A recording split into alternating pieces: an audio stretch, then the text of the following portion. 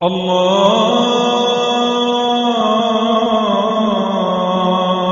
أكبر الله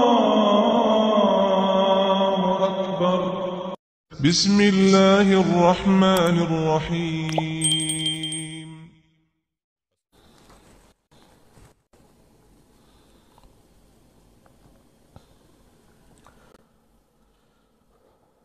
السلام عليكم ورحمة الله وبركاته. بسم الله الرحمن الرحيم. الحمد لله رب العالمين والعاقبة للمتقين، والصلاة والسلام على أشرف الأنبياء والمرسلين، نبينا وحبيبنا وإمامنا وقدوتنا وقرة أعيننا وقائدنا محمد وعلى آله وصحبه أجمعين. سبحانك لا علم لنا إلا ما علمتنا إنك أنت العليم الحكيم. رب اشرح لي صدري ويسر لي أمري واحلل عقدة من لساني يفقه قولي. رب زدني علما رب زدني علما رب زدني علما.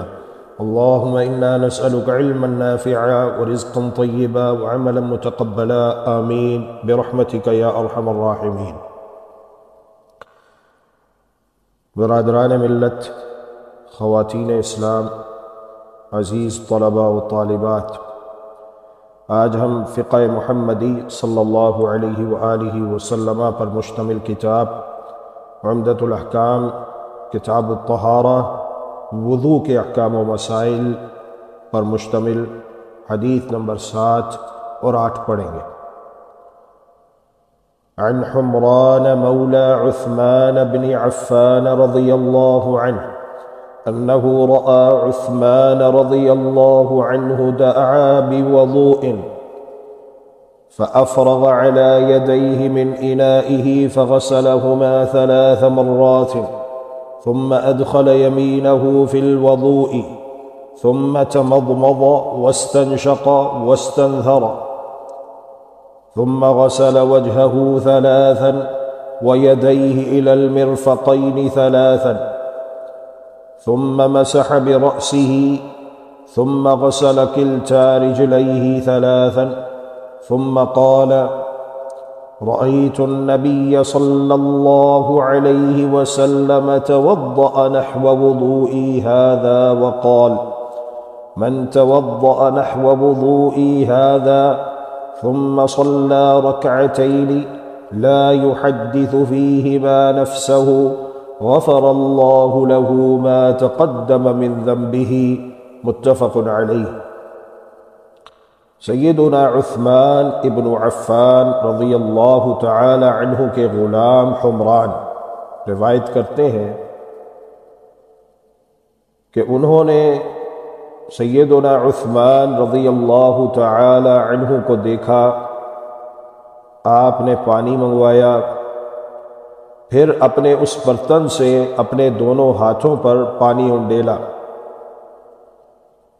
دعا بوضوء، واو کے اوپر زبر ہے، اس کا معنی ہے پانی،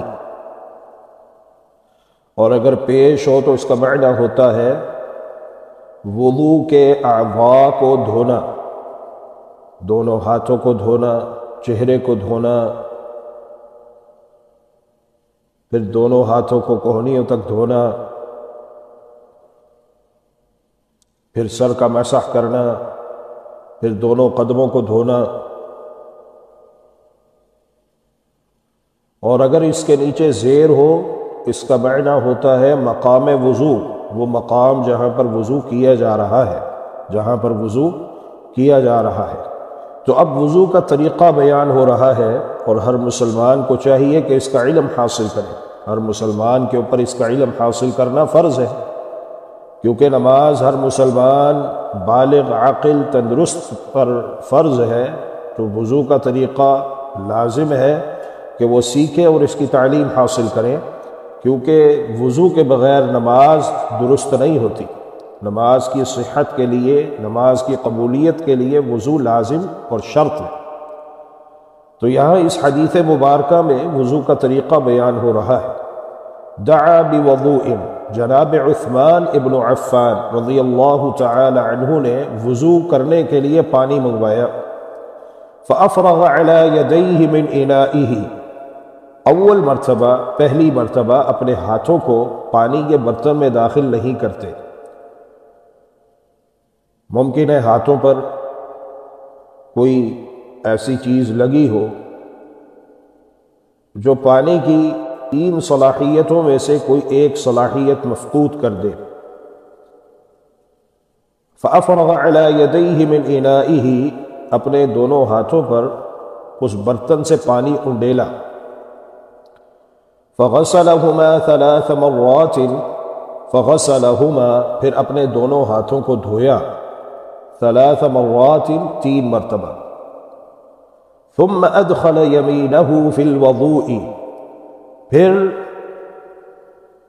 اپنا دایاں ہاتھ پانی میں ڈالا۔ ثم تمضمض واستنشق، تمضمض واستنشق، پھر کلی کی، چلو بھر پانی لے کر منہ میں ڈالا، آدھا پانی اور آدھا پانی ناک میں چڑھایا۔ یاد رکھیے سنت یہ ہے کہ چلو بھر پانی ایک ہی مرتبہ لے کر آدھا پانی منہ میں اور آدھا پانی اوپر ناک میں چڑھا لیا جائے۔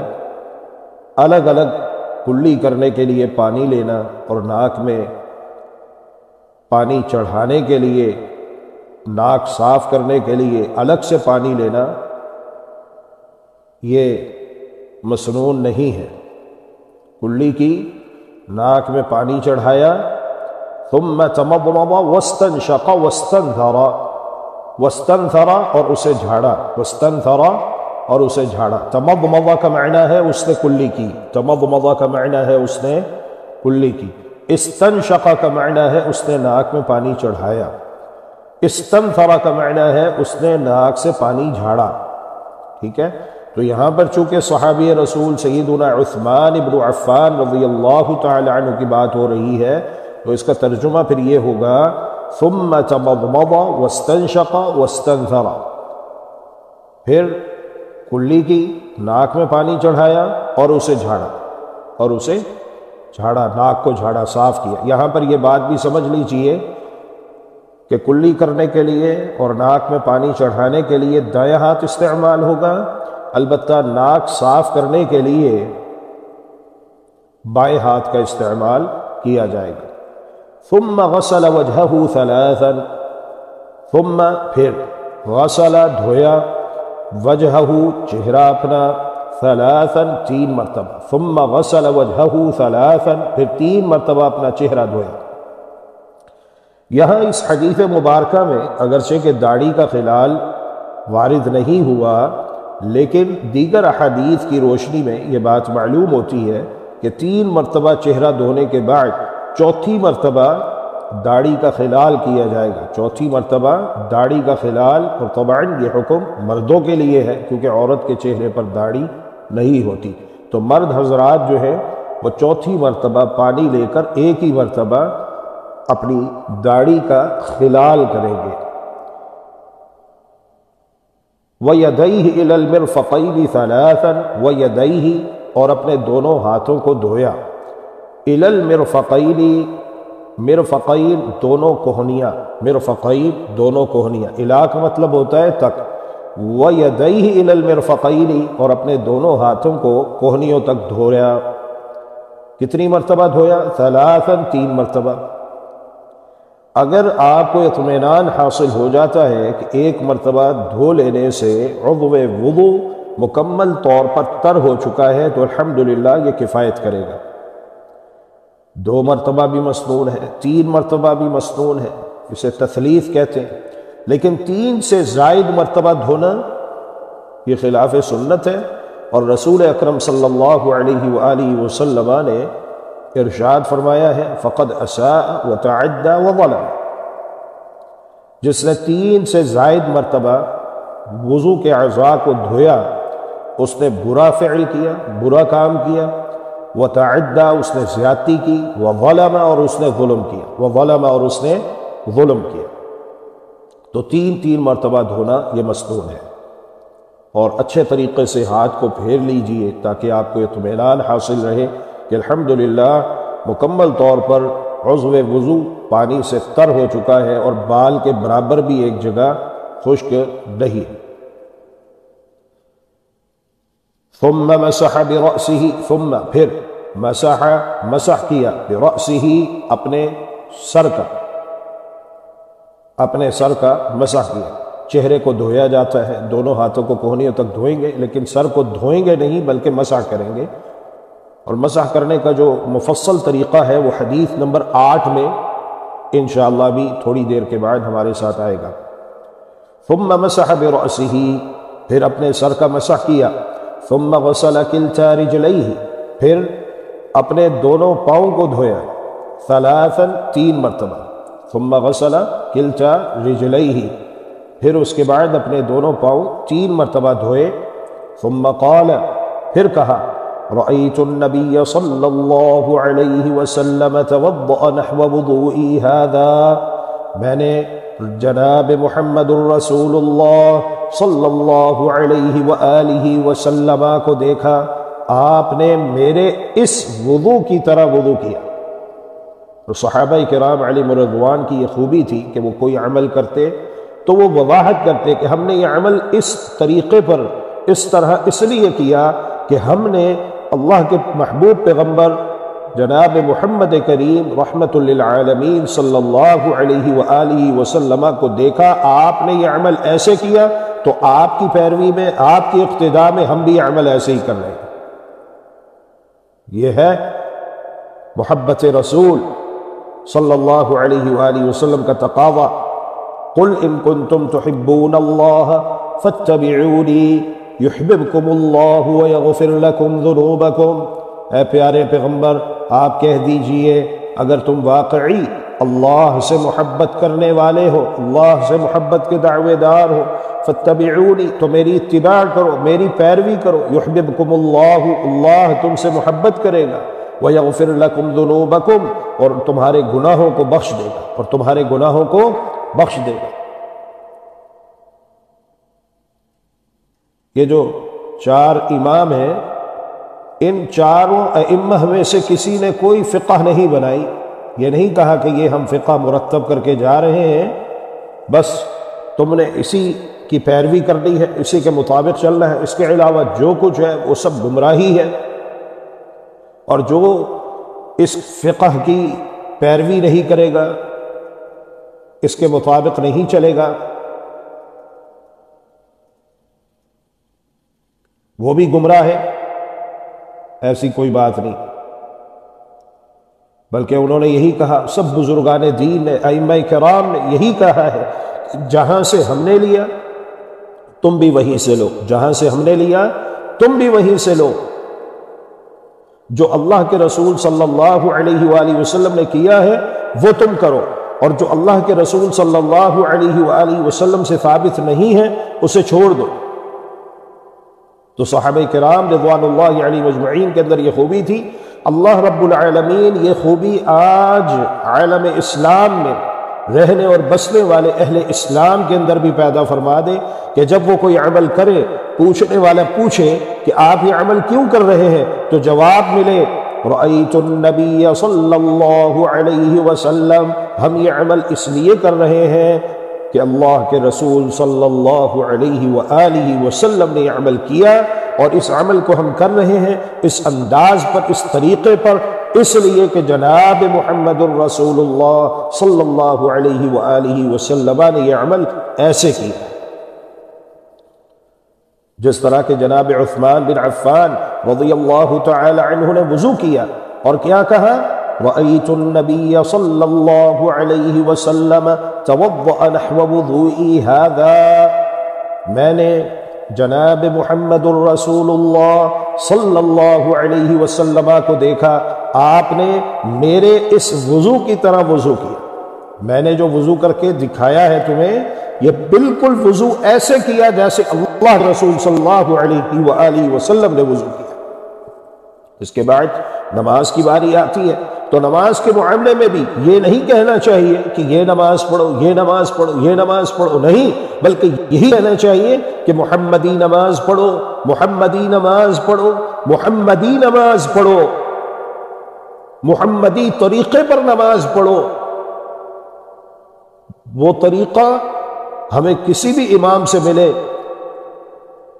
خواہ امام ابو حنیفہ رحمۃ اللہ علیہ ہوں، امام شافعی رحمۃ اللہ علیہ ہوں، امام مالک بن انس رحمۃ اللہ علیہ ہوں، امام احمد بن حنبل رحمۃ اللہ علیہ ہوں، امام جعفر صادق رحمۃ اللہ علیہ ہوں، شیخ عبد القادر جیلانی رحمۃ اللہ علیہ ہوں، امام بخاری رحمہ اللہ ہوں، امام مسلم رحمۃ اللہ علیہ ہوں، امام ابو داود رحمۃ اللہ علیہ ہوں، امام نسائی رحمۃ اللہ علیہ ہوں، امام ترمذی رحمۃ اللہ علیہ ہوں، امام ابن ماجہ رحمۃ اللہ علیہ ہوں، امام ابن خزیمہ رحمۃ اللہ علیہ ہوں، امام ابن شیبہ رحمۃ اللہ علیہ ہوں، امام دارمی رحمۃ اللہ علیہ ہوں، کوئی بھی امام ہو علم کا، شرط یہ ہے کہ اس کی سند موجود ہونی چاہیے۔ پہلے نمبر پر آج سے لے کر اس امام تک اس مسئلے کی سند ہونی چاہیے، پہلے نمبر پر۔ دوسرے نمبر پر اس امام سے لے کر امام انبیاء، امام اعظم جناب محمد الرسول اللہ صلی اللہ علیہ وآلہ وسلم تک اس مسئلے کی سند صحیح متصل ہونی چاہیے، تو انشاءاللہ سر آنکھوں پر ہم لیں گے، ہم اسے مانیں گے، ہم اسے تسلیم کریں گے، ہم اسے قبول کریں گے۔ الحمدللہ ہمارے اندر تعصب نہیں ہے، الحمدللہ ہمارے اندر انشاءاللہ ضد ہٹ دھرمی نہیں ہے، کسی بھی مسلمان کے اندر نہیں ہونی چاہیے۔ اس لیے کہ جب عبادت اللہ رب العالمین کی کر رہے ہیں تو طریقہ جناب محمد الرسول اللہ صلی اللہ علیہ وآلہ وسلم کا اختیار کریں گے تو وہ عبادت اللہ رب العالمین نے قبول فرمانی ہے، اور اگر طریقہ جناب محمد الرسول اللہ صلی اللہ علیہ وآلہ وسلم کا نہیں ہے، کون سا طریقہ ہے، جون سا مرضی ہو، اللہ رب العالمین وہ عبادت قبول نہیں فرمائے۔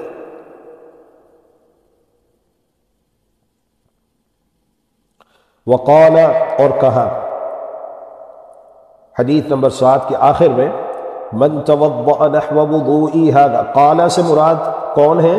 وقال، اور کہا، یعنی یہاں پر مراد یہ ہے کہ جناب محمد الرسول اللہ صلی اللہ علیہ وآلہ وسلم نے ارشاد فرمایا، من توضأ نحو وضوئی ھذا ثم صلى ركعتين لا يحدث فيهما نفسه غفر الله له ما تقدم من ذنبه، جس نے میرے اس وضو کی طرح وضو کیا، پھر 2 رکعت نماز پڑھی اور ان 2 رکعتوں میں اپنے دل سے کوئی بات نہ کی، یعنی کسی وسوسے کا شکار نہ ہوا، اپنے ذہن کو ادھر ادھر نہ لے کر گیا، بلکہ پوری توجہ کے ساتھ نماز پڑھی۔ کیا کیا؟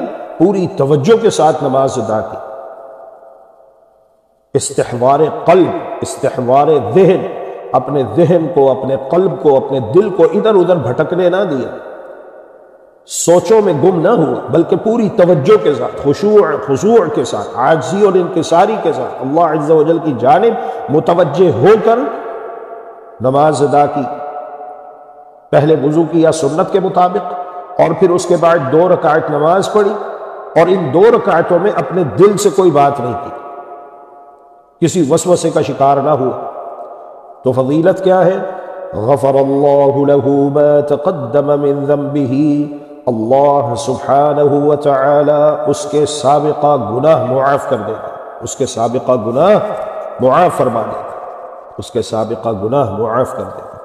حدیث نمبر 8، عن عمرو بن يحيى المازني عن أبيه قال شهدت عمرو بن أبي الحسن سأل عبد الله بن زيد عن وضوء النبي صلى الله عليه وسلم فدعا بتور من ماء فتوضأ لهم وضوء النبي صلى الله عليه وسلم فأكفأ على يديه من التور فغسل يديه 3 ثم أدخل يديه في التور فمضمض واستنشق واستنثر 3 ب3 غرفات ثم أدخل يده في التور فغسل وجهه 3 ثم أدخل يديه فغسلهما مرتين إلى المرفقين ثم أدخل يديه فمسح بهما رأسه فأقبل بهما وأدبر مرة واحدة ثم غسل رجليه وفي رواية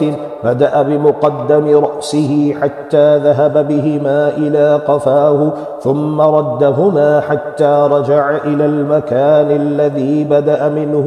وفي رواية أتانا رسول الله صلى الله عليه وسلم فأخرجنا له ماء في تور من صفر التور شبه الطست متفق علیہ. یہ حدیث صحیح البخاری اور صحیح مسلم کے اندر موجود ہے.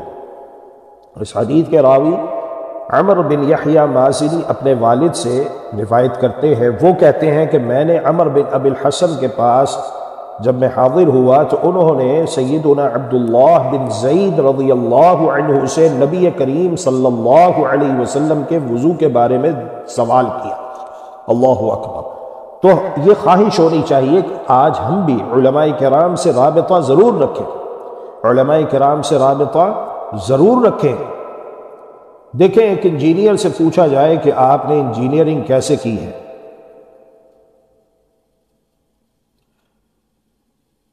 تو وہ جواب دیں گے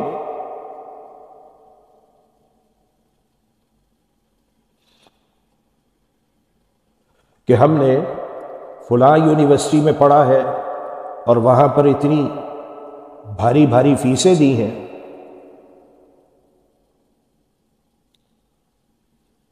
پھر ہم نے اس کے بعد یہ ڈپلومہ کیا، وہاں پر اتنا عرصہ پریکٹس کرتے رہے، پھر کہیں پر جا کر ہم انجینئر بنے ہیں.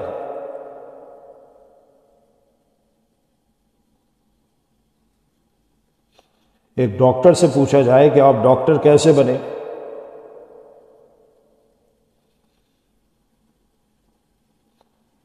تو وہ جواب دیں گے کہ فلاں یونیورسٹی میں پڑھا، MBBS کیا، ڈگری حاصل کی، پھر ڈپلومہ کیا، فلاں میرے استاد ہیں، اس معروف یونیورسٹی میں، اس معروف ادارے میں میں زیر تعلیم رہا، یہ میرے پاس ڈگری ہے. اب یہی سوال ہم ایک مسلمان سے کریں گے کہ آپ مسلمان ہیں، یہ بتائیے کہ دین حاصل کرنے میں، دین کی تعلیم سیکھنے میں آپ کا استاد کون ہے؟ آپ نے اسلامی تعلیمات کس استاد سے حاصل کی ہیں؟ یہ نماز جو آپ پڑھ رہے ہیں، یہ وضو جو آپ کر رہے ہیں، یہ روزہ جو آپ رکھ رہے ہیں، یہ حج جو آپ کر رہے ہیں، یہ زکوٰۃ جو آپ ادا کر رہے ہیں، اس کی تعلیم آپ نے کس سے حاصل کی؟ کون آپ کا استاد ہے؟ تو یہ ضروری ہے. دیکھیے صحابہ بھی آپس میں ایک دوسرے کے ساتھ علمی مذاکرہ کیا کرتے تھے، تابعین صحابہ سے بھی پوچھا کرتے تھے، علم حاصل کیا کرتے تھے. تو عبداللہ بن زید رضی اللہ عنہ سے جناب عمر بن یحییٰ مازنی کے والد نے جب وہ ان کی خدمت میں حاضر ہوئے تو ادھر ادھر کی باتیں کرنے کی بجائے، کسی کی چغلی غیبت کرنے کی بجائے علم حاصل کر رہے ہیں اور ایسا سوال کر رہے ہیں جس کا فائدہ انہیں دنیا میں بھی ہو اور آخرت میں بھی ہو.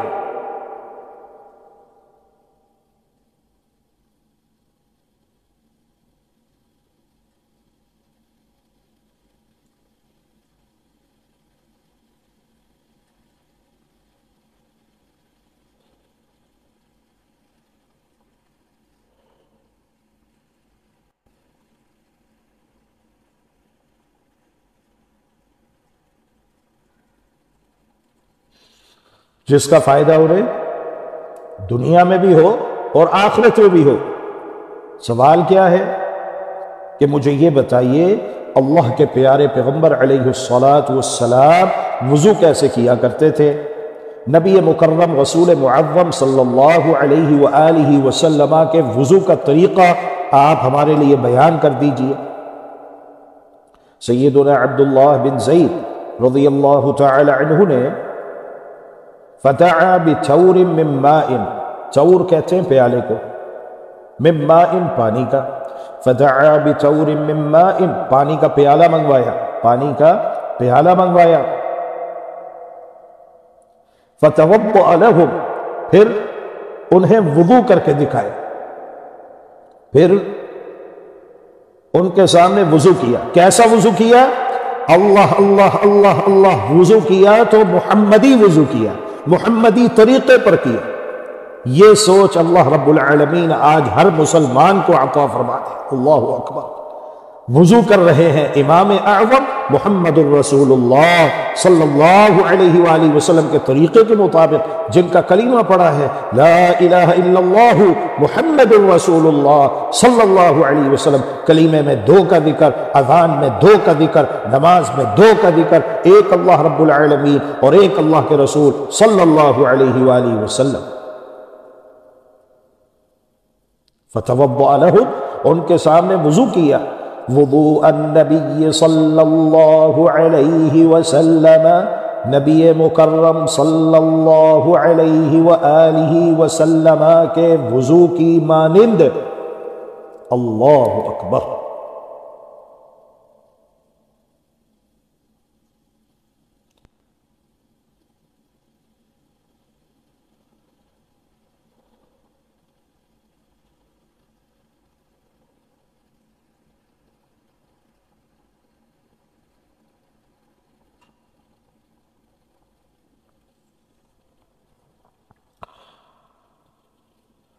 فأكفأ على يديه، سب سے پہلے کیا کیا؟ پیالے سے اپنے دونوں ہاتھوں پر پانی ڈالا، پیالے سے اپنے دونوں ہاتھوں پر پانی ڈالا۔ فغسل يديه ثلاثا، پھر اپنے دونوں ہاتھوں کو 3 مرتبہ دھویا۔ ثم ادخل يديه في التور، پھر اپنا ہاتھ پیالے میں داخل کیا، پھر اپنا ہاتھ پیالے میں داخل کیا، پانی کے برتن میں داخل کیا۔ پھر فمضمض واستنشق واستنثر ثلاثا، پھر 3 چلوؤں کے ساتھ الگ الگ 3 مرتبہ کلی کی، ناک میں پانی چڑھایا اور چھنکا، ناک کو صاف کیا خوب اچھے طریقے سے، یعنی 1 مرتبہ چلو بھر پانی لیں گے، آدھا منہ میں آدھا ناک میں، پھر دوسری مرتبہ اور ناک میں پانی چڑھانے کے بعد دائیں ہاتھ سے کلی کی، بائیں ہاتھ سے ناک کو صاف کیا، پھر دوبارہ دائیں ہاتھ سے پانی لیا، آدھا چلو منہ میں کلی کرنے کے لیے اور آدھا اوپر ناک میں چڑھا لیا، پھر بائیں ہاتھ سے ناک کو اچھے طریقے سے صاف کیا، اس سے پہلے دائیں ہاتھ سے منہ میں اچھے طریقے سے کلی کی۔ مسواک کا بیان انشاءاللہ آگے چل کے آئے گا ہمارے ساتھ باذن اللہ عز و جل انشاءاللہ۔ جی تو غور کریں، بثلاث غرفات، بثلاث غرفات، 3 چلوؤں کے ساتھ۔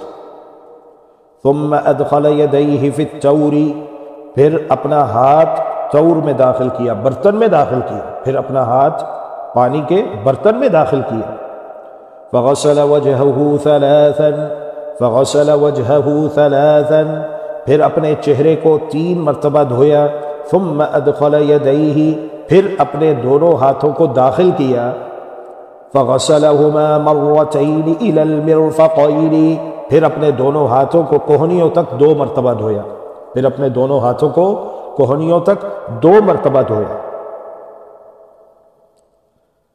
سابقہ حدیث میں، جو پیچھے حدیث ہم نے پڑھی ہے گزشتہ حدیث میں، وہاں پر اس بات کا بیان تھا کہ 3 مرتبہ دھویا، اس روایت میں 2 مرتبہ دھونے کا ذکر ہے، تو 3 مسنون ہے، 2 مرتبہ بھی دھو سکتے ہیں، 1 مرتبہ بھی دھو سکتے ہیں، بشرط یہ کہ اطمینان کامل ہو جائے، آپ کو تسلی ہو جائے کہ مکمل طور پہ وضو کا یہ عضو الحمدللہ پانی سے تر ہو چکا ہے، پانی سے تر ہو چکا ہے۔ فغسلهما مرتين الى المرفقين ثم ادخل يديه، پھر اپنے دونوں ہاتھوں کو داخل کیا پانی کے برتن میں، اپنے دونوں ہاتھوں کو پانی سے تر کر لیا، پانی میں بھگو لیا۔ فمسح بهما رأسه، پھر اپنے دونوں ہاتھوں کے ساتھ سر کا مسح کیا۔ فأقبل بهما وأدبر مرة واحدة، فأقبل بهما وأدبر مرة واحدة، اس طرح اپنے دونوں ہاتھوں کو 1 مرتبہ آگے لائے اور 1 مرتبہ پیچھے لے گئے، پیشانی سے لے کر پیچھے گدی تک لے گئے، پھر گدی سے واپس پیچھے پیشانی کی طرف لے آئے۔ ثم غسل رجليه، اور آخر میں اپنے دونوں پاؤں دھو لیے۔ کانوں کا مسح اگرچہ کہ یہاں پر مذکور نہیں، لیکن الاذنان من الراس، ایک اور روایت ہے پیارے پیغمبر علیہ الصلوۃ والسلام کی کہ کان سر ہی کا حصہ ہے، لہذا جب سر کا مسح کریں گے تو کانوں پر بھی مسح کر لیں گے، اپنی انگلیوں کو اندر کی جانب پھیریں گے، پھر باہر کی جانب انگوٹھا 1 مرتبہ پھیر لیں گے، تو یہ کان کی بھی صفائی ہو گئی، کان کا بھی مسح ہو گیا۔ کان کے مسح کے لیے الگ سے پانی لینا مسنون نہیں ہے، بلکہ ایک ہی مرتبہ جو آپ نے اپنے دونوں ہاتھوں کو پانی سے تر کیا ہے اور سر کا مسح کیا ہے، انہی ہاتھوں کے ساتھ جو ہے آپ نے انگلیاں کان کے اندرونی حصے میں اور بیرونی حصے میں اپنا انگوٹھا پھیر لینا ہے ایک مرتبہ۔ الحمدللہ یہ سر کا مسح مکمل ہوا اور کان بھی سر میں داخل اور شامل۔ گردن کا مسح الگ سے کرنا یہ تکلف ہے، اس کے بارے میں جو روایت ہے وہ منقطع ہے، پیارے پیغمبر علیہ الصلاۃ والسلام سے ثابت نہیں ہے۔ روایت کچھ اس طرح سے ہے کہ جو وضو میں گردن کا مسح کرے گا الٹے ہاتھوں کے ساتھ تو قیامت کے دن اس کی گردن میں جہنم کی آگ کا طوق نہیں پہنایا جائے گا۔ روایت من گھڑت ہے، اور اس کی سند میں جو راوی ہے وہ اپنے اوپر والے راوی سے جو بیان کر رہے ہیں، ان کی وفات کے 50 سال بعد تقریباً وہ دنیا میں پیدا ہوئے، تو ابھی ان کی ملاقات بھی ثابت نہیں ہے، ان کے درمیان کافی گیپ ہے، تو وہ کس طرح کہتے ہیں؟ وہ تو ان کے وفات کے کتنے سال بعد پیدا ہوئے، وہ کیسے کہتے ہیں کہ میں نے یہ روایت ان سے سنی ہے؟ تو اسے منقطع کہا جاتا ہے، اس کی سند منقطع ہے، متصل نہیں ہے۔ ایک راوی جو دوسرے راوی سے بیان کر رہے ہیں، ان کی ان سے ملاقات ثابت نہیں، انہوں نے ان کا زمانہ نہیں پایا، انہوں نے ان سے علم حاصل نہیں کیا، بلکہ وہ ان کی وفات کے کئی سال بعد دنیا میں آئے، تو وہ کس طرح کہہ رہے ہیں کہ یہ روایت میں نے ان سے سنی ہے؟ ٹھیک ہے، تو اسے انقطاع کہتے ہیں، یہ روایت منقطع ہے، پیارے پیغمبر علیہ الصلاۃ والسلام سے یہ ثابت نہیں ہے۔ جب آپ نے سنت کے مطابق پیشانی سے لے کر دونوں ہاتھوں کو سر کے اوپر پھیرتے ہوئے پیچھے لے گئے گدی تک، تو الحمدللہ اس میں گردن خود بخود آ جاتی ہے۔ پھر اس کے بعد ان دونوں ہاتھوں کو آپ نے وہیں پر ہی لوٹا دینا ہے جہاں سے آپ نے شروع کیا تھا، پیشانی تک، الحمدللہ۔ تو الگ سے تکلف کرتے ہوئے گردن کا مسح کرنا الٹے ہاتھوں، یاد رکھیے یہ پیارے نبی محمد صلی اللہ علیہ وآلہ وسلم سے ثابت نہیں ہے، مسنون نہیں ہے۔ وفی روایت، اور ایک روایت کے الفاظ یہ ہیں، بدأ بمقدم رأسه حتى ذهب بهما إلى قفاه ثم ردهما حتى رجع إلى المكان الذي بدأ منه، اپنے سر کے اگلے حصے سے یعنی کہ پیشانی سے سر کا مسح شروع کیا اور انہیں سر کے پیچھے اپنی گدی تک لے گئے، پھر انہیں لوٹایا یہاں تک کہ اس جگہ پر واپس لے آئے جہاں سے شروع کیا تھا، یہاں تک کہ اس جگہ پر لے آئے جہاں سے شروع کیا تھا۔ اور ایک روایت ہے، اتانا رسول اللہ صلی اللہ علیہ وسلم فاخرجنا له ماء في تور من صفر، ہم اللہ کے پیارے رسول صلی اللہ علیہ وآلہ وسلم کی خدمت میں حاضر ہوئے اور ہم نے تانبے کے پیالے میں پانی پیش کیا، پیالہ تھال سے ملتا جلتا تھا، تور شبہ الطست۔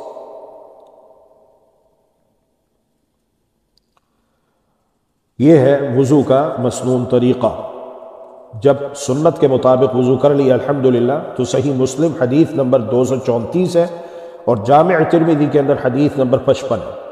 یہ دعا پڑھیں، اس کے راوی سیدنا عمر ابن الخطاب رضی اللہ تعالی عنہ ہے، بیان کرتے ہیں کہ رسول اکرم صلی اللہ علیہ وآلہ وسلم نے ارشاد فرمایا کہ جو بھی مسلمان وضو کرے اور سنت کے مطابق خوب اچھی طرح وضو کرے، پھر اس کے بعد یہ کہے اشہد ان لا الہ الا اللہ وحدہ لا شریک لہ اشہد ان محمدا عبدہ ورسولہ، میں گواہی دیتا ہوں کہ اللہ کے سوا کوئی عبادت کے لائق نہیں، اللہ کے سوا کوئی معبود برحق نہیں، اور میں اس بات کی بھی گواہی دیتا ہوں کہ بے شک محمد صلی اللہ علیہ وآلہ وسلم اللہ کے بندے اور اس کے رسول ہیں، تو اس کے لیے جنت کے 8 دروازے کھول دیے جاتے ہیں، جنت کے 8 دروازے اس کے لیے کھول دیے جاتے ہیں۔ اللہ اکبر۔ اس کے لیے یاد رکھیے، اوپر نگاہیں اٹھانا اور آسمان کی جانب دیکھنا یہ ضروری نہیں ہے، اور اسی طرح انگشت شہادت سے اشارہ کرنا بھی ضروری نہیں ہے۔ کیوں؟ اس لیے کہ پیارے پیغمبر علیہ الصلاۃ والسلام سے ایسی کوئی بات صحیح سند کے ساتھ کسی صحیح حدیث میں بیان نہیں ہوئی ہے۔ بس دعا پر نہ آسمان کی طرف دیکھنا ضروری ہے اور نہ انگلی سے اشارہ کرنا ضروری ہے، بس دعا پر اشہد ان لا الہ الا اللہ وحدہ لا شریک لہ اشہد ان محمدا عبدہ ورسولہ۔ اللہ اکبر، اللہ اکبر۔ ایک مسلم مؤمن کی شان کے کیا کہنے، جو اخلاص کے ساتھ اللہ کو راضی کرنے کے لیے پیارے پیغمبر علیہ الصلاۃ والسلام کی سنت مبارکہ کے مطابق وضو کرتا ہے اور پھر سنت مصطفیٰ صلی اللہ علیہ وآلہ وسلم کے مطابق نماز پڑھتا ہے، اس کی شان کے کیا کہنے اور اس کی فضیلتوں کے کیا کہنے اور اس کے مقام کے کیا کہنے کہ اللہ رب العالمین اس سے کس قدر راضی ہوتا، اللہ رب العالمین اسے کس قدر اجر و ثواب سے نوازتا۔ ابھی صرف وضو کیا ہے سنت کے مطابق اخلاص کے ساتھ اور دعا پڑھی ہے تو جنت کے 8 دروازے کھول دیے گئے، اور جب نماز پڑھیں گے اخلاص کے ساتھ سنت کے مطابق اس حال میں کہ عقیدہ توحید رسالت آخرت درست ہو، تو پھر جو مقام اور شان ملے گی اس کے کیا کہنے۔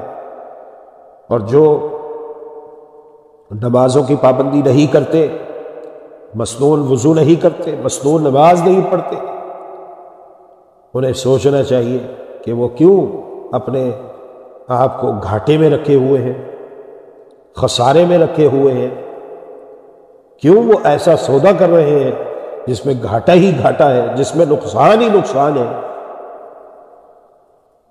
ایسا سودا کرنا چاہیے جس میں فائدہ ہو، نقصان نہ ہو، اور فائدہ صرف اور صرف اللہ اور اس کے رسول صلی اللہ علیہ وآلہ وسلم کی اطاعت و فرما برداری میں۔ سبحان ربک رب العزت عما یصفون وسلام علی المرسلین والحمد للہ رب العالمین۔ سبحانک اللہم وبحمدک نشہد ان لا الہ الا انت نستغفرک ونتوب الیک۔ السلام علیکم ورحمۃ اللہ وبرکاتہ۔ اللهم إنك عفو تحب العفو فاعف عنا، اللهم إنك عفو تحب العفو فاعف عنا، إلهنا فاعف عنا يا كريم۔